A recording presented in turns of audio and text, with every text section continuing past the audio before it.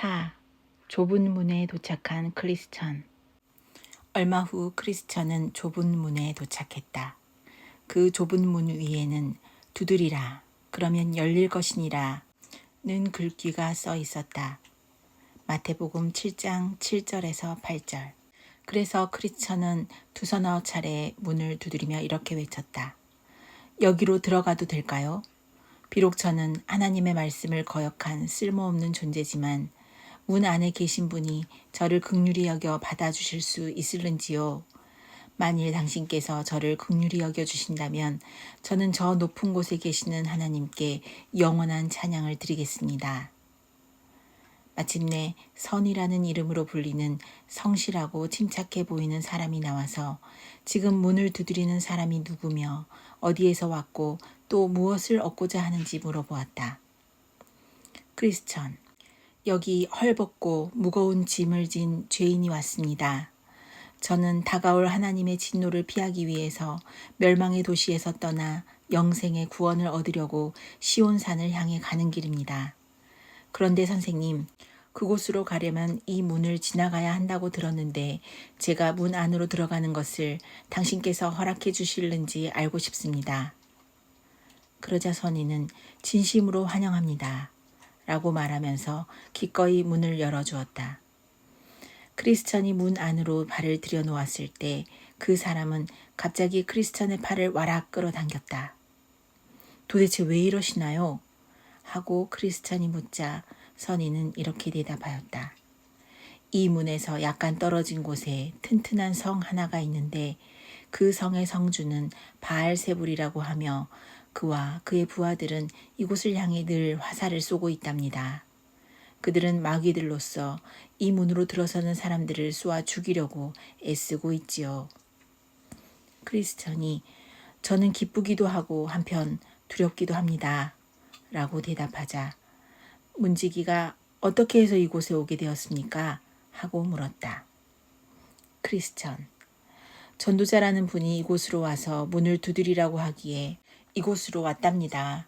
또한 그분께서 말씀하시기를 이곳에 오면 장차 제가 어떻게 해야 할지를 가르쳐 주시는 분이 계실 거라고 하더군요. 선의, 당신 앞에 문이 열려 있으니 어느 누구도 그 문을 닫을 수는 없습니다.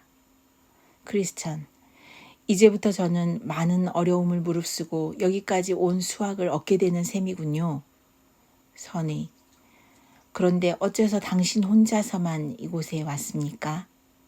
크리스천, 저의 이웃들 어느 누구도 제가 느끼고 깨달았던 멸망과 진노의 위험을 전혀 느끼지 못했기 때문입니다. 선의, 그들 중에서 당신이 여기 오는 것을 알고 있는 사람이 있었습니까? 크리스천, 예, 저의 아내와 자식들이 맨 처음에 제가 떠나는 것을 발견하고서는 어서 돌아오라고 소리소리 질렀죠. 다음으로 몇몇 이웃들이 집 밖으로 나오면서 어서 되돌아오라고 저를 불렀지만 저는 손가락으로 귀를 틀어막은 채 그냥 이곳을 향해 달렸습니다. 선의, 당신을 뒤따라오면서 빨리 집으로 돌아가자고 설득하는 사람은 없었나요? 크리스천, 있었습니다. 유순 씨와 고집쟁이 씨로 불리는 두 사람이 저를 따라와 설득하려 했지만 제가 말을 듣지 않자 고집쟁이는 조롱을 퍼부으며 돌아가 버렸고 유순 씨는 한동안 저를 따라왔었습니다. 선의, 그런데 어째서 그는 여기까지 같이 오지 않았나요? 크리스천, 우리는 함께 이야기를 나누며 걸어왔었는데 낙심의 늪이라는 곳에 이르렀을 때 갑자기 우리도 모르는 사이에 그 속으로 빠지게 되었죠. 간신히 그 늪에서 빠져나왔을 때 유순 씨는 그만 용기를 잃어 더 이상 모험하기를 원치 않았어요. 그는 화가 나서 그 아름답고 영광이 가득 찬 나라는 당신이나 차지해버리라고 말하며 떠나버렸죠. 그는 고집쟁이 씨의 뒤를 따라 자기 집으로 돌아갔고 결국 저 혼자서 이 문 앞에까지 오게 된 것입니다. 선의, 참 불쌍한 사람이로군요. 천국의 영광을 얼마나 사소하게 여겼는지. 그것을 얻기 위해서 겪어야 할 몇 가지 난관들을 가치 없는 것들로 치부하였군요. 크리스천. 사실 유순 씨의 행동을 그대로 전해드렸지만 저 자신도 역시 그분보다 나을 게 없는 사람입니다. 그분이 도중에 포기하고 집으로 돌아가 버린 것은 사실이지만 저도 역시 길을 걷는 도중에 만난 세속 현자의 거짓된 충고에 현혹되어 바른 길을 버리고 사망의 길로 들어섰으니까요. 선의. 오, 당신도 그 사람을 만났었군요. 그 사람이 합법 씨의 도움을 구하면 평안함을 얻을 수 있다고 말하던가요? 그들은 모두 사기꾼에 불과합니다. 그런데 당신은 그의 속임수에 넘어가 버렸습니까? 크리스천. 예, 저는 그의 말을 듣고 합법 씨를 찾아 나서기 위해 갈 수 있는 데까지 서둘러 갔습니다.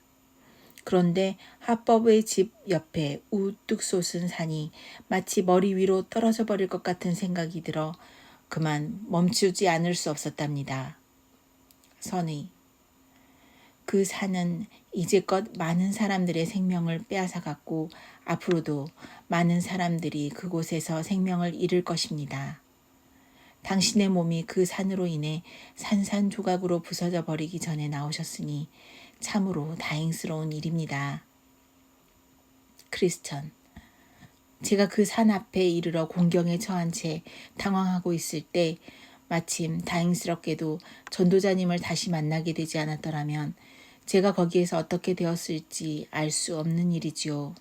그분께서 다시 한번 제게 와주신 것은 하나님의 자비로우신 섭리였으며 그렇지 않았더라면 저는 영영 이곳에 오지 못했을 겁니다. 그러나 이제 어리석고 용기가 부족하여 그 산으로 인해 죽임을 당하기 마땅한 존재인 제가 여기까지 무사히 와서 당신과 이야기를 나누고 있으니 이 얼마나 크나큰 주님의 은총입니까? 선의. 당신이 여기 오기 전에 어떤 일을 했건 우리는 결코 상관하지 않습니다. 주님께서는 내가 결코 내쫓지 아니하리라고 약속하셨기 때문입니다. 요한복음 6장 37절. 그러니 선한 크리스천 씨, 잠깐 저와 함께 이쪽으로 가십시다. 제가 당신이 가야 할 길을 가르쳐 드리겠습니다. 저 앞을 보십시오. 저쪽으로 뻗어 있는 좁은 길이 보입니까? 그 길이 이제부터 당신이 가야 할 길입니다. 당신의 조상들과 많은 예언자들, 그리스도와 또 제자들에 의해서 만들어진 길인데 마치 자로 그어 놓은 것처럼 똑바로 닦여진 길이며 당신이 이제부터 가야 할 길입니다. 크리스천. 그런데 혹 처음 그 길을 걷는 사람이 길을 잃어버리게 할 만한 구부러진 길이나 모퉁이들은 없습니까? 선의. 물론 이 길에는 그런 것들이 많이 연결되어 있지만 그런 길들은 모두 구부러져 있고 폭이 넓습니다.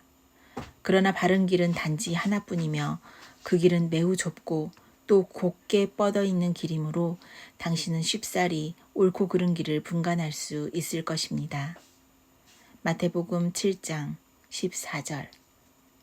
그때 나는 꿈속에서 크리스천이 선의에게 그의 등에 지워져 있는 무거운 짐을 벗을 수 있도록 도와줄 수 없겠느냐고 간청하는 것을 보았다. 그 짐은 다른 사람의 도움을 받지 않고는 도저히 벗어버릴 수 없는 것이었기 때문이었다. 그러자 선의는 그에게 이렇게 말해주었다. 비록 당신의 짐이 무거울지라도 구원의 장소에 이를 때까지는 참고 그대로 지고 가십시오. 거기에 이르면 당신의 짐은 저절로 당신의 등에서 떨어져 나갈 것입니다. 그리하여 크리스천은 허리띠를 꼭 동여매고 다시 길 떠날 채비를 했다. 선희 씨가 다시 일러주기를 이곳에서 얼마쯤 가면 해석자라는 사람의 집이 있는데 가서 문을 두드리십시오. 그러면 그분께서 당신에게 여러 가지 훌륭한 것들을 보여주실 것입니다. 하고 말해 주었다. 크리스천이 선희에게 작별 인사를 하자 선희는 하나님의 은총으로 그가 무사히 성공하기를 기원해 주었다.